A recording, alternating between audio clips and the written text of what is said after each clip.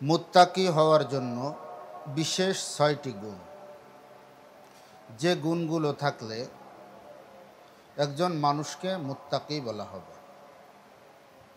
এটা হলো মৌলিক যে সমস্ত গুণাবলী মানুষের ভিতরে থাকার দরকার, সেই গুণাবলীগুলো থাকার পরে এই ৬টা গুণ, যেমন নামাজ, রোজা, টাকা পয়সা থাকলে হজ, যাকাত, এগুলো হলো মৌলিক ইবাদত। আর কিছু কিছু গুণ দেখলে তাকে মুত্তাকি হিসাবে আল্লাহ পাক স্বীকৃতি দিবেন বা মুত্তাকি হিসেবে সে চিহ্নিত হবে। মুত্তাকি হিসাবে কিয়ামতের ময়দানে সে উত্থাপন হবে। আল্লাহ তাআলা মুত্তাকিদের জন্য কোরআনের অসংখ্য জায়গায় সুসংবাদ দিয়েছেন। ইন্না লিল মুত্তাকিনা মাফাজা উইদ্দাত লিল মুত্তাকিন, এরকমভাবে ইন্নাল্লাহা মাআল মুত্তাকিন, এরা মুত্তাকিদের সম্পর্কে আল্লাহ পাক বিভিন্ন সুসংবাদ দিয়েছেন। এই সুসংবাদের মধ্যে সব থেকে বড় সুসংবাদ হলো জান্নাতের সুসংবাদ। যেমন আল্লাহ তাআলা বলতেছেন, ওয়াসারিউ ইলা মাগফিরাতিম মির রাব্বিকুম ওয়া জান্নাহ, তোমরা আল্লাহ তাআলার ক্ষমার দিকে এবং জান্নাতের দিকে দৌড়াও। আরদুহাস সামাওয়াতু ওয়াল আরদ, এই জান্নাতের ব্যাপ্তি, ব্যাপকতা বা এর সীমানা জমিন থেকে নিয়ে আসমান পর্যন্ত। জান্নাতের সীমানা অনেক জায়গায় আল্লাহ তাআলা বলছেন। এই আয়াতের ভিতরে আল্লাহ তাআলা বলছেন জমিন থেকে আসমান পর্যন্ত। আজকে জমিন থেকে আসমান পর্যন্ত মানুষের এখনও পর্যন্ত এত প্রযুক্তি থাকা সত্ত্বেও সাধ্য হয়নি যে জমিন থেকে আসমান পর্যন্ত কত দূরত্ব এটা নির্ধারণ করবে বা এর শেষ পর্যন্ত পৌঁছাবে, এটা কোনো মানুষের দ্বারা সম্ভব হয়নি। যেহেতু সম্ভব হয়নি, আসমান থেকে জমিনের ব্যাপকতা অনেক দূর পর্যন্ত, যেটা মানুষের নাগালের বাহিরে, জান্নাতের ব্যাপ্তিও, জান্নাতের সীমানাও, জান্নাতের যে নাজ নিয়ামত, এটাও মানুষের নাগালের বাহিরে। এর শেষ অংশে আল্লাহ তাআলা বলতেছে উইদ্দাত লিল মুত্তাকিন, এই জান্নাতকে আল্লাহ তাআলা পরহেজগারদের জন্য, মুত্তাকিদের জন্য বানাচ্ছে। তো এই মুত্তাকিদের অনেক গুণাগুণের কথা বা যে সমস্ত গুণ থাকলে একজন মানুষকে মুত্তাকি হিসেবে চিহ্নিত করা হবে, অনেক গুণের কথা আল্লাহ পাক কোরআনের ভিতরে বর্ণনা করেছেন।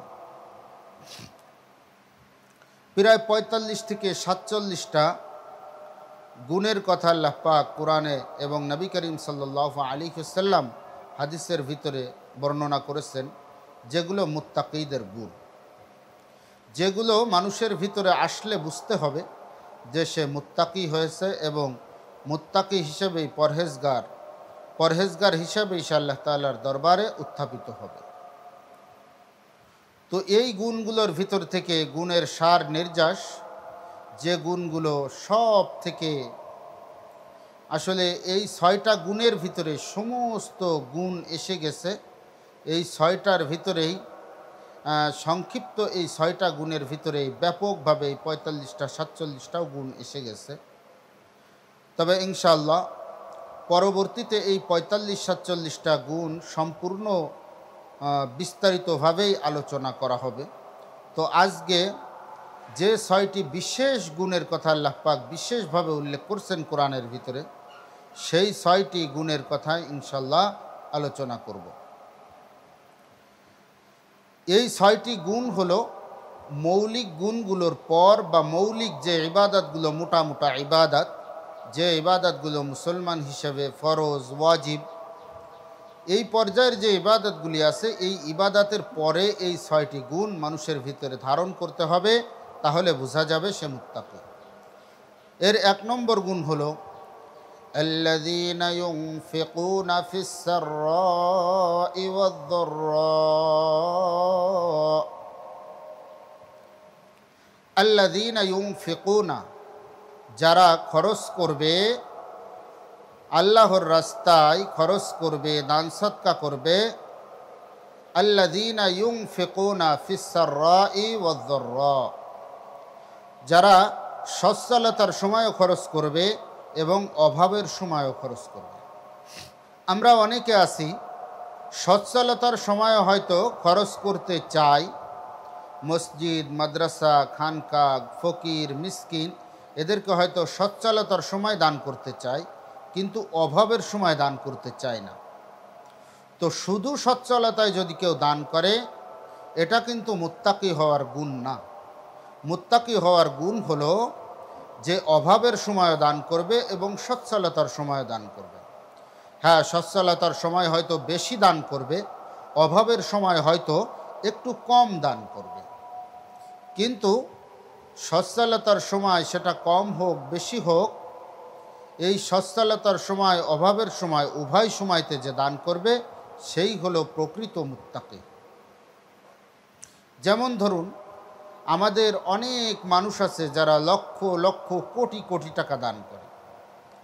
সাহাবায়ে কেরাম, সমস্ত সাহাবায়ে কেরাম মিলে যত দান করছে, বাংলাদেশের ভিতরে এমনও মানুষ আছে সমস্ত সাহাবায়ে কেরাম থেকেও তার দানের পরিমাণ বেশি। কিন্তু সওয়াবের ক্ষেত্রে সাহাবায়ে কেরামের একটা খেজুর, এক ঢোক পানি, এক লুকমা খাবার, সওয়াবের ক্ষেত্রে সাহাবায়ে কেরামের এক লুকমা খাবারের পর্যায়েরও সওয়াব কিন্তু পাবে না। কারণ সাহাবায়ে কেরাম যখন যে সিচুয়েশনে, যে অবস্থায় দান করছে, নবী করিম সাল্লাল্লাহু আলাইহি ওয়াসাল্লাম হাদিসের মধ্যে উল্লেখ করছে যে আমার সাহাবায়ে কেরাম যে এক দিনার এক দিরহাম দান করেছে, এটা উহুদ পাহাড় পরিমাণ সওয়াব আল্লাহ পাক তাদেরকে দান করছে। কিসের কারণে? সাহাবায়ে কেরামের ইখলাস, তাকওয়া, সাহাবায়ে কেরামের খুলুসিয়াত, যে একমাত্র আল্লাহর সন্তুষ্টির উদ্দেশ্যেই দান করতেছে, এটা ছিল সাহাবায়ে কেরামের এক নম্বর খুলুসিয়াত। আমাদের তো এখন দানের ক্ষেত্রে খুলুসিয়াত নেই, খুলুসিয়াত খুব কম। হ্যাঁ, ইল্লা মাশাল্লাহ, অনেকের খুলুসিয়াত খুব বেশি। দান করার ক্ষেত্রে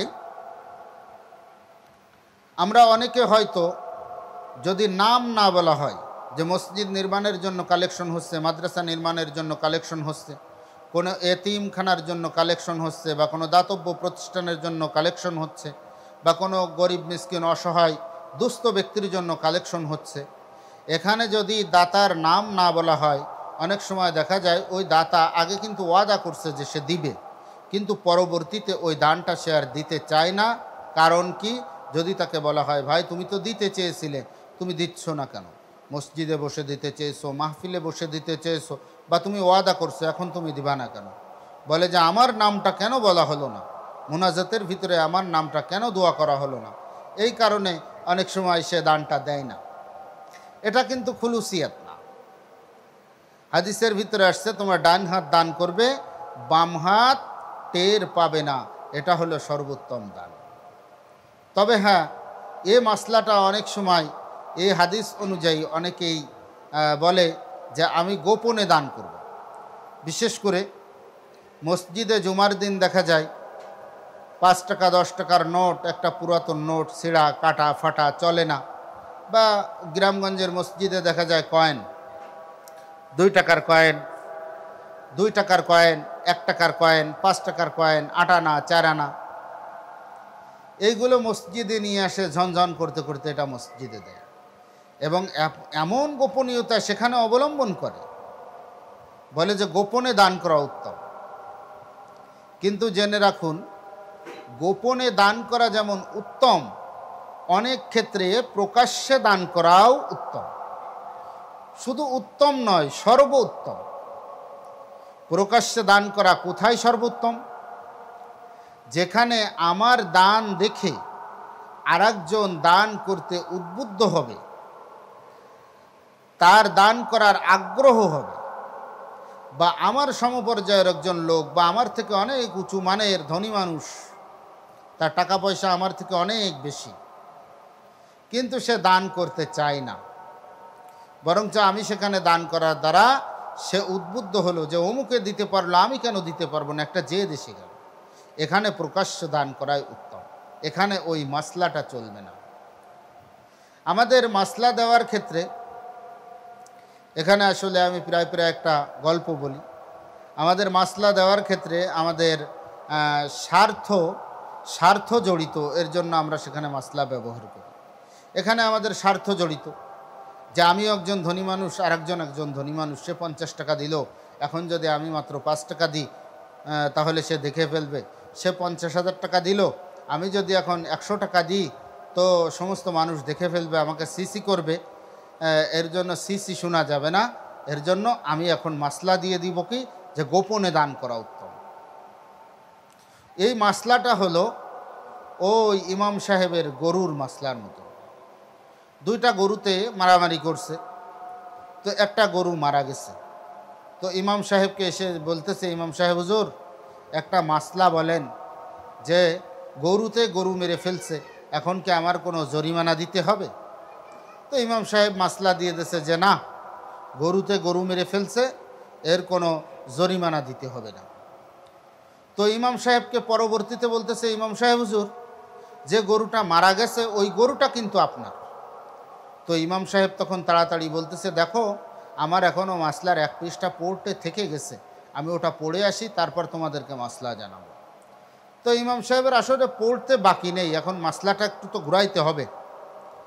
তো ইমাম সাহেব খানিকক্ষণ পরে এসে বলতেছে, দেখো আমার গরুটা ছিল গাভী গরু, আর যে গরুতে আমার গরুকে অত্যাচার করছে বা গুতাইছে বা আঘাত করছে, এই গরুটা ছিল এড়ে গরু। তো এড়ে গরুতে যদি গাভী গরুর উপরে নির্যাতন করে, অত্যাচার করে, গুঁতো দিয়ে আঘাত করে মেরে ফেলে, তাহলে এখানে নারী নির্যাতন মামলা হবে এবং অবশ্যই তাকে জরিমানা দিতে হবে। সামান্য একটু স্বার্থের কারণে কিন্তু এখানে মাসলা ঘুরে গেল। তো এখানে অনেক সময় দেখা যায় দানের ক্ষেত্রেও এমন আমাদের স্বার্থের জন্য অনেক সময় আমরা মাসলা ঘুরিয়ে ফেলি, যে এখন প্রকাশ্যে দান করা যাবে না, গোপনে দান করতে হবে। কারণ তুমি শোনোনি আল্লাহ রসুল বলছে ডান হাত দিয়ে দান করবা, বাম হাতে যেন টের না পায়। ডান হাত দিয়ে সুন্দর করে মসজিদে গিয়ে 5 টাকার কয়েন, 2 টাকার কয়েন, 1 টাকার কয়েন এটা দান করে গোপনে। একটা ছিঁড়া নোট, কাটা নোট, ফাটা নোট, যেটা চলে না, অচল হয়ে গেছে, কোনো দোকানদার নিতে চায় না, এরকম একটা নোট একেবারে সুগোপনে হাতের ভিতরে, একেবারে এরকম মুষ্টির ভিতরে রেখে গোপনে মসজিদের ভিতরে দান করে দেয়। এই টাকাটা নিয়ে মসজিদের কেশিয়ার ঝামেলায় পড়বে, সভাপতি ঝামেলায় পড়বে, সেক্রেটারি ঝামেলায় পড়বে, এরকমভাবে দান করে, এখানে মাসলা দেয়। এরকম বানোয়াটি মাসলাও দেওয়া যাবে না। আল্লাযীনা ইউনফিকুনা ফিস সাররাই ওয়াদ দাররা, যারা সচ্ছলতার সময় দান করে, অভাবের সময় দান করে, এটা হলো মুত্তাকি হওয়ার জন্য 1 নম্বরের একটা গুণ। 2 নম্বর গুণ ওয়াল কাযিমিনাল গায়য, যে তার রাগকে নিয়ন্ত্রণ করে, যে তার রাগকে নিয়ন্ত্রণ করতে পারে। রাগ নিয়ন্ত্রণ করা এটা অনেক বড় একটা গুণ। মানুষ রাগ হলে নিয়ন্ত্রণ করতে পারে না। হাদিসের ভিতরে আসছে, তোমাদের মধ্যে যে সব থেকে বেশি শক্তিশালী সে সব থেকে বড় বাহাদুর নয়, যে তার রাগকে নিয়ন্ত্রণ করতে পারে সেই হলো সব থেকে বড় বাহাদুর। হাদিসের ভিতরে আরও আসছে, যখন তোমার রাগ হবে, যদি দাঁড়ানো অবস্থায় রাগ হয় তুমি বসে যাও, বসা অবস্থায় তোমার রাগ হয় তুমি শুয়ে যাও, শুয়া অবস্থায় যদি তোমার রাগ হয়, নিয়ন্ত্রণ করতে না পারো, তুমি দাঁড়ানোর থেকে বসছো, বসার থেকে শুইছো, তারপরেও তোমার রাগ নিয়ন্ত্রণ হয় না, তো তুমি ওই স্থান থেকে প্রস্থান করো, ওই স্থান থেকে তুমি সরে যাও। বা যে ব্যক্তির উপর রাগ হয়েছে ওই ব্যক্তির থেকে তুমি সরে যাও, ওখান থেকে তুমি অন্য জায়গায় মুভ করে চলে যাও, ওখানে তুমি আর থেকো না। তোমার রাগ তাও নিয়ন্ত্রণ হয় না, তুমি অজু করো, অজু করলে অনেকটা রাগ নিয়ন্ত্রণ হয়ে যায়। অজু করার সময় আল্লাহ রসুলের দিকে একটু খেয়াল হয়, এরকমভাবে রাগ নিয়ন্ত্রণ করো। তোমার যদি রাগ তাও নিয়ন্ত্রণ না হয়, তুমি কবরস্থানে চলে যাও, কবরস্থানে গিয়ে দেখো সেই কবরস্থানের ভিতরে মন্ত্রী, এমপি, কত ক্ষমতাধর, মোড়ল, মাতবর, কত শক্তিশালী লোক ঘুমিয়ে রয়েছে। এখন কারো কোনো ক্ষমতা নাই, তোমারও সামনে ক্ষমতা থাকবে না, তুমি মৃত্যুবরণ করার পর তোমার ক্ষমতা একবারে জিরো। এরকমভাবে রাগ নিয়ন্ত্রণ করা। মানুষ আজকে রাগ নিয়ন্ত্রণ করতে পারে না। রাগ নিয়ন্ত্রণ করার ক্ষেত্রে সবাই দুর্বল। আমাদের রাগ হয়ে গেলে আমরা আর নিজেকে কন্ট্রোল করতে পারি না। অনেকে আছে হিতাহিত জ্ঞানশূন্য হয়ে যায় রাগ হয়ে গেলে। কি বলবে? মা বাবাকে গালি দিয়ে বসে রাগের মাথায়, সন্তানকে অকথ্য ভাষায় গালি দিয়ে বসে রাগের মাথায়। এরকমভাবে মুরব্বী, আলেম উলামা, উলামা ইকরাম, পীর বা এরকম আল্লাহওয়ালা মানুষদেরকেও অনেক সময় রাগের বশবর্তী হয়ে হিতাহিত জ্ঞান থাকে না। রাগের কারণে অনেক মানুষ এমন আছে, অনেক নামাজ পড়ে, রোজা রাখে, আল্লাহওয়ালা মানুষ, কিন্তু এমন রাগ হয়েছে হিতাহিত জ্ঞান থাকে না, একেবারে পাগলের মতন হয়ে যায়। অনেকে রাগের সময় কথা বলতেও পারে না, এত রাগ হয়েছে তার মুখ দিয়ে আর কথা বাহির হয় না, চোখ লাল হয়ে যায়। এমন রাগকে নিয়ন্ত্রণ করা, এই রাগকে নিয়ন্ত্রণ করা, এটা মুত্তাকি হওয়ার জন্য 2 নম্বর গুণ বা 2 নম্বর গুণ হিসাবে আল্লাহ তাআলা কোরআনের মধ্যে বলছে যে এই রাগকে যারা নিয়ন্ত্রণ করতে পারে তারাই হলো সব থেকে বড় বাহাদুর। এর জন্য আমরা সবাই চেষ্টা করব যেন আমাদের রাগকে পূর্ণ নিয়ন্ত্রণ করতে পারি। এবং রাগ নিয়ন্ত্রণের জন্য রাসূল করিম সাল্লাল্লাহু আলাইহি ওয়াসাল্লাম আমাদেরকে যে পন্থাগুলো শিখাইছে সেই পন্থাগুলো আমরা অবলম্বন করি। যদি দাঁড়িয়ে থেকে রাগ হয় বসে যায়, বসা অবস্থায় রাগ হয় শুয়ে যায়, শোয়া অবস্থায় রাগ হয় ওই জায়গা থেকে আমি প্রস্থান করি, বা অজু করে আসি, বা কবরস্থানে চলে যাই, বিভিন্ন নিদর্শনাবলী দেখি, বা কোরআনের তেলাওয়াত আরম্ভ করি, বিশেষ করে যেখানে জান্নাত জাহান্নামের আয়াতগুলো বেশি আছে, বা কোরআনের তেলাওয়াত আমি জানি না, ওখানে কোরআনের একটু অর্থ পড়ে নিই, যেখানে বিশেষ করে জান্নাত জাহান্নামের, জান্নাতের পুরস্কার, জাহান্নামের শাস্তি, এই সমস্ত আয়াতগুলো যেখানে আছে, ইনশাআল্লাহ মনটা নরম হয়ে যাবে এবং আমার রাগটাও নিয়ন্ত্রণ হয়ে যাবে ইনশাআল্লাহ। 3 নম্বর গুণ, আফিনা আনিন নাস, মানুষকে ক্ষমা সুন্দর দৃষ্টিতে দেখা, এটা হলো 3 নম্বর গুণ। ক্ষমা করে দেওয়া এটা একটি মহৎ বড় গুণ। আমি আগেও বলছি, এখনও বলছি, মানুষ আমাদের এখন বর্তমানে ক্ষমা করে দেয় কোন সময়? যার সঙ্গে শক্তিতে পারে না, বুদ্ধিতে পারে না, অর্থে পারে না, তাকে ক্ষমা করে দেয়। শেষকালে বলে যে তোকে ক্ষমা করে দিলাম, যা, মনে মনে বলে আমি মাফ করে দিলাম। কিন্তু মাফ করে দেওয়ার পর পরবর্তীতে যখন দেখা যায় আবার তার গায়ে শক্তি সঞ্চার হয়, সে শক্তিশালী হয়ে যায়, তখন আবার পূর্বের ওই ক্ষমার কথা ভুলে যায়, এখন সে প্রতিশোধ নিতে যায়। আসলে পূর্বে যে ক্ষমা করছে ওই সময় হলো ওই শিয়ালের গল্পের মতন। শিয়াল আর বেজি দুইজন একসাথে আঙ্গুর ফল খেতে গেছে, আঙ্গুর ফল। তো আঙ্গুর তো লতা পাতা, ওই গাছের মাথায় আঙ্গুর হয়েছে, তো বেজি গাছে উঠতে পারে, দৌড় দিয়ে বেজি গাছে উঠে গেছে। বেজিতে খুব মজা করে আঙ্গুর খাচ্ছে, আর শিয়াল শুধু তাকায় তাকায় দেখতেছে আর আফসোস করতেছে, মনে মনে আফসোস করতেছে আমি তো আঙ্গুর খেতে পারলাম না। তো একজন পথ দিয়ে যাচ্ছিল, ও বলতেছে, ও শিয়াল ভাই, বেজি কি সুন্দর করে গাছে উঠে আঙ্গুর খায়, তুমি আঙ্গুর খাও না কেন? তখন শিয়াল বলতেছে, আঙ্গুর খুব টক, আসলে আমার খেতে বেশি পছন্দ না। তখন ওই লোক বলতেছে, শিয়াল ভাই, আসলে আঙ্গুর টক না, তুমি গাছে উঠতে জানো না, এজন্য এই টকের সিম্পেথি দিয়ে এখন তুমি নিজেকে প্রমাণ করতে চাচ্ছ যে আসলে আঙ্গুর আমার ভালো লাগে না, আমার যদি ভালো লাগতো তো খেতাম। এই যে টক হওয়ার সিম্পেথি দিয়ে তুমি চালাকি করছো, এটা হয়তো তোমার চালাকি, তুমি তো গাছে উঠতে পারো না, এর জন্য তুমি আঙ্গুর খেতে পারছো না। তো এখন আমাদের সমাজে অনেককে দেখা যায় যে মাফ করে দেয়, ক্ষমা করে দেয়, বা ক্ষমা সুন্দর দৃষ্টিতে দেখে। তো অধিকাংশ জায়গায় দেখা যায় যে আসলে তার যার উপরে রাগ হয়েছে তাকে শাস্তি দেওয়া বা তাকে শাস্তির আওতায় আনা এই ব্যক্তির ক্ষমতার বাহিরে। এর জন্য তখন দিশে পিষে না পেয়ে কী বলে যে মাফ করে দিলাম। আসলে ওই জায়গায় মাফ উত্তম নয়। মাফ উত্তম হলো ওই জায়গায় যেখানে তোমার প্রতিশোধ নেওয়ার ক্ষমতা আছে, তাকে শাস্তি দেওয়ার ক্ষমতা আছে, সেখানে মাফ করে দেওয়া হলো উত্তম, সেখানে মাফ করে দেওয়া উত্তম। যেমন আমি পরিবারের কর্তা,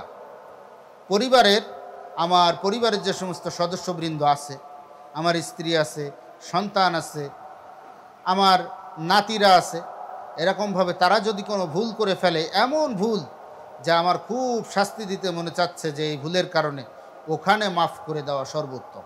কারণ আমি আমার পরিবারভুক্ত যে সমস্ত সদস্যবৃন্দ আছে তাদেরকে যদি আমি শাস্তি দেই, আমার কিন্তু কেউ কৈফিয়ত নেওয়ার কেউ নাই, আমাকে কেউ কিছু বলার নাই, তারপরেও আমি মাফ করে দিচ্ছি, এখানে মাফ করাটা সর্বোত্তম। আমি অফিসের বস, আমার কর্মচারী এমন একটা ভুল করছে যে ভুলের কারণে আমার খুব মনে চাচ্ছে যে তাকে শাস্তি দিই, তার উপরে আমার খুব রাগ হয়েছে, ওখানে মাফ করে দেওয়া এটা হলো সর্বোত্তম। কিন্তু আমি কোম্পানির কর্মচারী বা এমপ্লয়, আমার বস আমাকে খুব গালাগালি করতেছে, খুব বকাঝকা করতেছে। এখন আমি চিন্তা করলাম আমি বসকে কিছু বলবো না, যা বসকে মাফ করে দিলাম। আসলে বসকে মাফ করি নাই, আমি আমার চাকরি বাঁচাইছি, এর জন্য আসলে আমি বসকে মাফ করি নাই, ওখানে মাফ করাটা সর্বোত্তম না। যেখানে আমার ক্ষমতা আছে আমি প্রতিশোধ নিতেও পারবো, আমাকে কেউ বাধা দেওয়ার নেই, সেখানে আমি মাফ করে দিব, এটা হলো মহৎ গুণ। যেমন অনেক ক্ষেত্রে দেখা যায়, রাজনৈতিক ক্ষেত্রে যারা সরকারি দলে থাকে তারা খুব পাওয়ারফুল থাকে, তারা বিরোধী দলের উপর অত্যাচার, উৎপীড়ন, নির্যাতন করে। পরবর্তীতে ওই বিরোধী দল আবার ঘুরে ফিরে 2 বছর, 5 বছর, 6 মাস, 5 বছর, 10 বছর পরে এসে যখন আবার তারা সরকারে আসে এবং যারা পূর্বে ক্ষমতায় ছিল তারা এখন বিরোধী হয়ে যায়, তখন আবার তাদের উপরে প্রতিশোধ নেয়। ওই সময় যখন তারা বিরোধী দলে চলে গেল, তাদেরকে ওই সময় মাফ করে দেওয়া, এটা হলো সর্বোত্তম।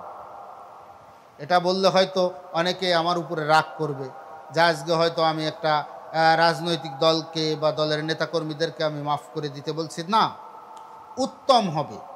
এটা আমার বলার কথা বললাম, মানা না মানা সেটা হলো প্রত্যেকের ব্যক্তিগত বিষয়।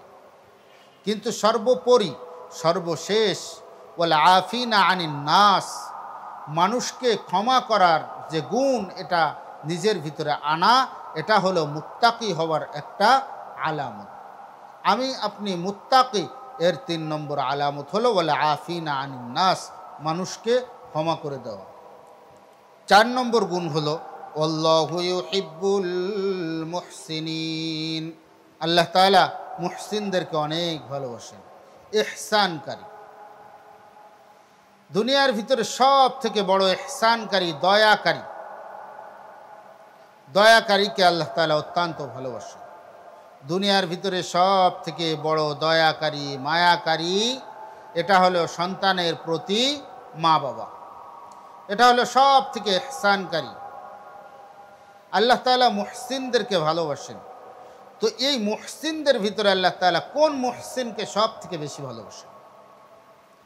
একজন মানুষের জন্য সব থেকে বড় চিন্তা হলো কিভাবে একজন মানুষ জাহান্নামের রাস্তা থেকে ফিরে জান্নাতের রাস্তায় যেতে পারে, কিভাবে একজন আল্লাহ ভুলা মানুষ আল্লাহর রাস্তায় যেতে পারে, আল্লাহকে পেয়ে যাইতে পারে। এই রাস্তা যদি কেউ ধরিয়ে দেয় একজন ভুল পথে চলা মানুষকে, একজন উল্টা পথে চলা মানুষকে, এই হলো সব থেকে বড় ইহসানকারী, সব থেকে বড় মুহসিন। এর জন্য আমরা সদা সর্বদা চেষ্টা করব যে মানুষকে যেন আমরা, ইহসান তো আমরা প্রত্যেকটা প্রাণীর উপরেই করব। মায়া, দয়া, এটা প্রাণী, পশু, প্রাণী, মুসলিম, অমুসলিম সর্বক্ষেত্রে থাকবে। একটা প্রাণীর পরেও আমার ইহসান থাকবে। আমরা অনেক সময় দেখা যায়, কথা লম্বা হয়ে যাবে এর জন্য বিস্তারিত বলতেছি না, কিন্তু সংক্ষিপ্ত আকারে বলছি। আমরা অনেক সময় দেখা যায় আমার বাড়িতে একটা পোষা প্রাণী, তাকে কারণে অকারণে বিভিন্ন কারণে কষ্ট দেয়। আমি পথ দিয়ে হেঁটে যাচ্ছি, তো পথের পাশে একটা পিঁপড়ার বাসা রয়েছে, একটা মৌমাছির বাসা রয়েছে, আমি তাতে একটা অকারণে ঢিল মারলাম, পিঁপড়ার বাসাটাকে আমি একটু পাড়ায় নষ্ট করে দিলাম। এই ছোট ছোট বিষয়গুলো একটু খেয়াল রাখো। আমি রাস্তা দিয়ে যাচ্ছি, তো রাস্তার উপর দিয়ে একটা ব্যাঙ যাচ্ছে, ওই ব্যাঙটাকে আমি গাড়ির চাকা দিয়ে পিষে দিলাম বা পা দিয়ে পিষে দিলাম বা তাকে অকারণে মেরে ফেললাম। এই ছোট ছোট কারণেও আল্লাহ তাআলা কিয়ামতের ময়দানে বান্দাকে ধরবেন। বড় বড় বিষয়গুলো তো আমরা অনেক সময় খেয়াল রাখি, যে একজন অসহায় মানুষ, তাকে সাহায্য করা। একজন মানুষ ভারী বস্তু উঠাতে পারছে না, তাকে আমি উঠিয়ে দিলাম।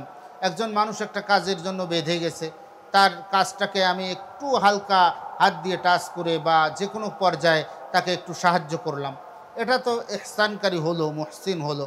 কিন্তু আমরা বিশেষ করে অনেক সময় কিছু কিছু জিনিসের প্রতি খেয়াল করি না, কারণে অকারণে।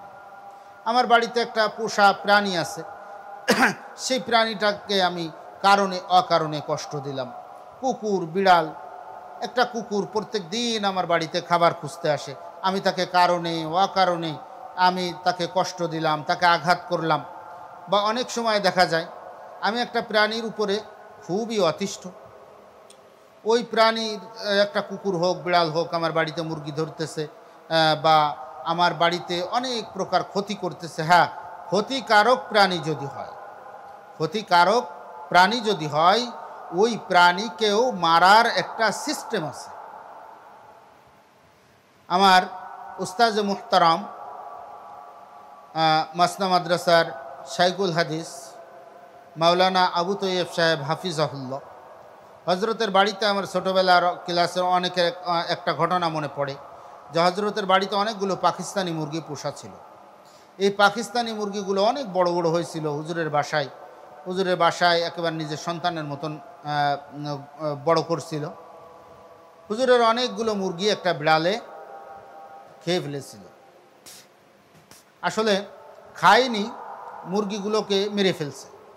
তো হুজুর শেষে ওই বিড়ালটাকে আটকিয়ে মাদ্রাসায় এনে ছাত্রদের কাছে দিছিল, যে তোমরা এই বিড়ালটাকে এক আঘাতে মেরে ফেলবা, বেশি যেন কষ্ট না পায়।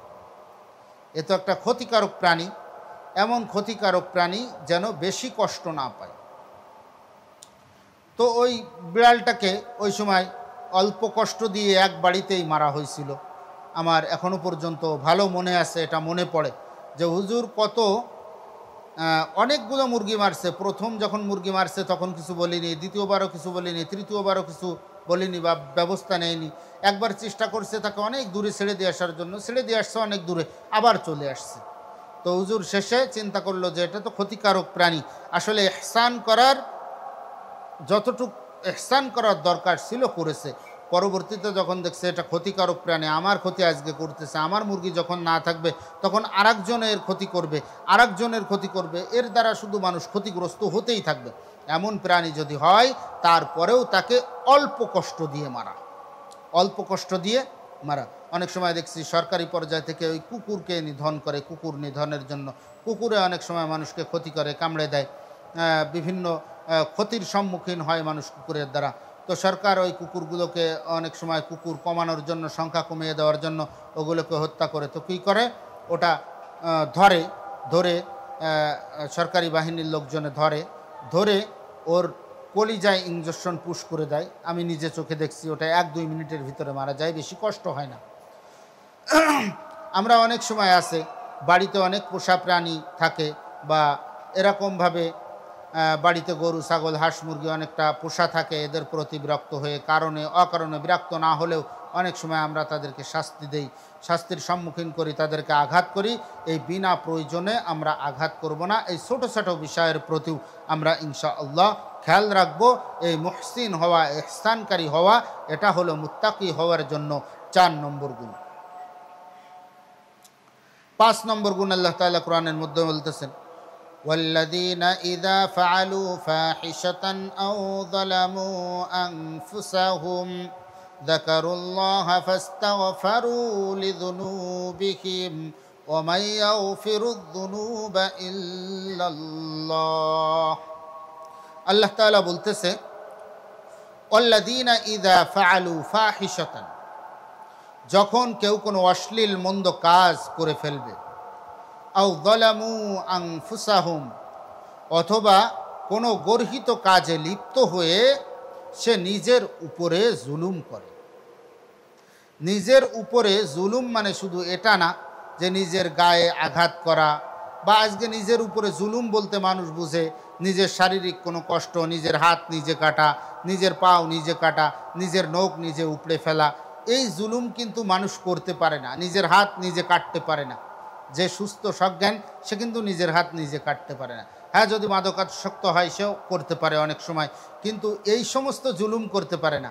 তো নিজের উপরে কিভাবে জুলুম করে? নিজের উপরে জুলুম করে এক সময় নিজের জীবনের প্রতি অতিষ্ঠ হয়ে হয়তো নিজের জীবনটাকে শেষ করে দেওয়ার জন্য আত্মহননের পথকে সে বেছে নেয়, এটা নিজের উপরে জুলুম করে। কিন্তু অহরহ যে জুলুমগুলো নিজের উপরে চলতেছে সেটা কি? আমি মন্দ কাজ, গর্হিত কাজ, শরিয়াত বিরোধী কাজ, এই কাজগুলো করলে কিন্তু আমার নিজেরই ক্ষতি হচ্ছে।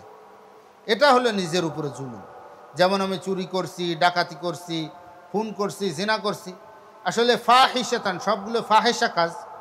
কিন্তু আউ যলামু, এটা আল্লাহ তাআলা আলাদা করে কেন বলছে? আউ যলামু আনফুসাহুম, অথবা যদি সে কোনো গর্হিত কাজে লিপ্ত হয়ে নিজের উপরে জুলুম করে। নিজের উপরে জুলুম আমরা প্রতিনিয়ত করতেছি, প্রত্যেকটা গুনাহের কাজ করতেছি, এটা নিজের উপরে জুলুম করতেছি।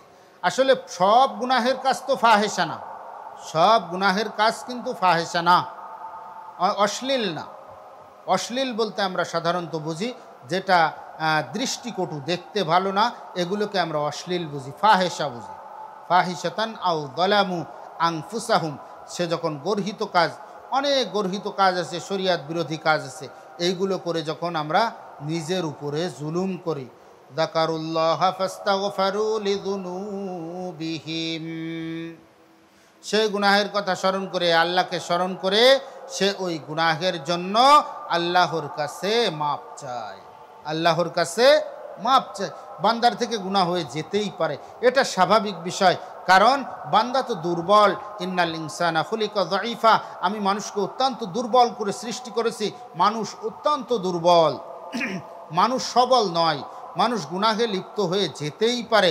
কিন্তু যাকারুল্লাহ ফাস্তাগফারু লিযুনুবিহিম, সে যখন তার গুনাহের কথা স্মরণ করে, আল্লাহকে স্মরণ করে এবং গুনাহের মাপ চায়, তখন আল্লাহ তাআলা, এটা মুত্তাকি হওয়ার 5 নম্বর গুণ, যখন মাপ চায়। আর মাপ চাইলে কেমন হবে? আত-তাইবু মান লা যামবা লা, নবী করিম সাল্লাল্লাহু আলাইহি ওয়াসাল্লাম বলেন, আত-তাইবু মান লা যামবা লা, তওবাকারী এমন যার সে যেন, তার যেন কোনো গুনাহ নেই, সে একেবারে মাসুম, নিষ্পাপ হয়ে যায়। একটা কাপড়ে ময়লা লাগার পর আমরা যখন হুইল পাউডার, সাবান বা যে কোনো জিনিস দিয়ে যখন পরিষ্কার করে ফেলি, ওই কাপড়টা যখন একেবারে পরিষ্কার হয়ে যায়, তেমনভাবে একজন মানুষ গুনাহ করার পর যখন আবার তওবা করে ফেলে, তখন সে নিষ্পাপ হয়ে যায়। আর আল্লাহ তাআলা ওই বান্দার উপরে সন্তুষ্ট হন, ওই বান্দার উপরে বেশি সন্তুষ্ট হন যে গুনাহ করার পর তওবা করে। যে কখনো গুনাহ করে না, তার উপরে আল্লাহ তাআলা যেমন সন্তুষ্ট হন, তার থেকেও বেশি সন্তুষ্ট হন যে গুনাহ করার পর তওবা করে আবার আল্লাহর রাস্তায় ফিরে আসে। ফাস্তাগফারু লিযুনুবিহিম ওয়া মা ইয়াগফিরুয যুনুবা ইল্লাল্লাহ, এর আয়াতের অংশে বলে দিচ্ছে যে আল্লাহ তাআলা ছাড়া গুনাহ ক্ষমাকারী আর কে বা আছে? আসলে আল্লাহ তাআলা ছাড়া তো গুনাহ ক্ষমাকারী কেউ নেই। এক আল্লাহওয়ালার ঘটনা, আল্লাহওয়ালাকে আল্লাহ তাআলা ইলহামের মাধ্যমে জানাই দিচ্ছে। সে দোয়া করতে চায়, আল্লাহ আমাকে আপনি মাফ করে দিন, আল্লাহ আপনি আমাকে মাফ করে দিন। আল্লাহ তাআলা আরশ থেকে তাকে জানাই দিচ্ছে যে তোমাকে মাফ করা হবে না। আমি আপনি হলে কি বলতাম? আল্লাহ তাআলা যেহেতু বলছে যে হবে না, তো আর হবে না, আমরা আর আল্লাহর কাছে যাব না। এর পরবর্তীতেও সেই আল্লাহওয়ালা আবার আল্লাহর কাছে এসে মাপ চাচ্ছে। আল্লাহ তাআলা সঙ্গে সঙ্গে বলতেছে, হে বান্দা, তোমাকে তো বললাম ক্ষমা হবে না, তারপরেও কেন তুমি আমার কাছে চাও? ওই আল্লাহওয়ালা বলতেছে, আল্লাহ আমি বহু চিন্তা করলাম, আমি খুঁজলাম, দেখলাম, কিন্তু গুনাহ মাপ চাওয়ার মতন, নাজ নেয়ামত চাওয়ার মতন, জান্নাত চাওয়ার মতন, জাহান্নাম থেকে বাঁচার মতন, ইলাহ হিসাবে ডাকার মতন আমি আর কাউকে পেলাম না। তুমি আমাকে মাফ করো আর না করো, ডাকার মতন একজন শুধু তুমি আসো। এর জন্য আমি আর কোনো দরবার পাইনি, একমাত্র তোমার দরবারই আছে। একমাত্র আমি আর কারো কাছে ক্ষমা চাওয়ার মতন পাইনি, একমাত্র ক্ষমা চাওয়ার মতন তুমিই আসো। আমি তোমার মতন আর কোনো দাতা পাইনি যে আমাকে দান করবে, একমাত্র দাতা তুমিই আসো। এর জন্য আল্লাহ, আমার তো আর কোনো দরবার নেই, আমার আর কোনো দাতা নেই, আমার আর কোনো চাওয়ার জায়গা নেই, এর জন্য আমি তোমার কাছে চাই, আর কোনো চাওয়ার জায়গা আমার নেই। আল্লাহ তাআলা বলতেছে, গফারতু লাকা ইয়া আবদি, হে বান্দা আমি তোমাকে মাফ করে দিলাম। সুবহানাল্লাহ, আল্লাহ তাআলা মাফ করে দিলেন। এর জন্য গুনাহ থেকে আমরা ফিরে আসব, গুনাহ থেকে আমরা ফিরে আসব, গুনাহ থেকে ফিরে এসে তওবা করব, আল্লাহ তাআলার কথা বেশি বেশি করে স্মরণ করব। এটা মুত্তাকি হওয়ার 5 নম্বর আলামত। আরেকটা সর্বশেষ যে 6টি আলামতের ভিতরে থেকে মুত্তাকি হওয়ার যে গুণ, এর ভিতরে আরেকটি গুণ হলো ওয়ালাম ইউসিররু আলা মা ফাআলু ওয়া হুম ইয়ালামুন। এবং সে যে গুনাহ করতেছে, এই গুনাহের উপরে সে একাধারে গুনাহ করতেছে, এই গুনাহের ওয়ালাম ইউসিররু আলা মা ফাআলু ওয়া হুম ইয়ালামুন, এই গুনাহ ক্ষেত্রে সে যেন হটকারিতা না করে, গুনাহ করতেই থাকে না, যেন মাপ চাবে আবার গুনাহ করবে, মাপ চাবে আবার গুনাহ করবে, এমন যেন না হয় যে হটকারিতা করছে। আরে কি এর মাপ? আল্লাহর কাছে কেন মাপ চাবো? আল্লাহর কাছে কেন মাপ চাবো? আমি আল্লাহর কাছে মাপ চাবো না। সে যখন এটা জানে যে আল্লাহর কাছে মাপ চাইলে মাফ করে দিবেন, কতবার মাফ করবেন? হাজার লক্ষ লক্ষ বার মাফ করবেন, হাজার হাজার লক্ষ লক্ষ বার মাফ করবেন। সাহাবা একরামকে নবী করিম সাল্লাল্লাহু আলাইহি ওয়াসাল্লাম বয়ান করতেছে, হে আমার সাহাবারা, তোমাদের যতবার গুনাহ হয়ে যাক, প্রত্যেক দিন যতবার গুনাহ হয়ে যাক, তোমরা আল্লাহর কাছে মাপ চাও। সাহাবা একরাম জিজ্ঞাসা করতেছি, ইয়া রাসূলুল্লাহ, আমরা আল্লাহর কাছে কতবার মাপ চাবো? আল্লাহ রসুল একটা সংখ্যা বলছে যে প্রত্যেক দিন তোমাদের থেকে যদি 70,000 বারও গুনাহ হয়ে যায়, তোমরা 70,000 বার মাফ চাও, আল্লাহ তাআলা তোমাদেরকে মাফ করে দিবেন। 70,000 বার একজন মানুষের দ্বারা গুনাহ হওয়া তো সম্ভব না।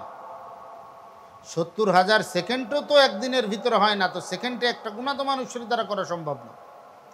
আমি একটু খোঁজ নিই, আমি একটু প্রত্যেক দিন রাত্রে ঘুমানোর সময় হিসাব করি, আজকে কি কি গুনাহের কাজ করলাম, কয়টি গুনাহের কাজ করলাম। দেখা যাবে কেউ গুণে 20টা, 25টা, 30টা, 15টা, 20টা এরকম বোঝাতে পারবে না। এই 15-20টা গুনাহের জন্য আমি বাস আল্লাহ তাআলার কাছে ক্ষমা চেয়ে যাব, হটকারিতা করব না। আমি যখন জানি যে আল্লাহ তাআলা আমাকে মাফ করে দিবে, আল্লাহ তাআলার নাম রহমান, আল্লাহ তাআলার নাম রহিম, গফুর, গফফার, এই সমস্ত নামে গুণবাচক নাম আল্লাহ তাআলার, আমি যখন জানি গুনাহ করলে আল্লাহ তাআলা মাফ করে দিবেন, আল্লাহ তার বান্দাকে অত্যন্ত ভালোবাসেন, হাজার হাজার লক্ষ লক্ষ বার গুনাহ করার পরেও বান্দা যদি মাফ চায় আল্লাহ তাকে মাফ করে দিবেন। এর জন্য আমি যখন জানি তখন আমি যেন হটকারিতা না করি। এইটা হলো 6 নম্বর গুণ।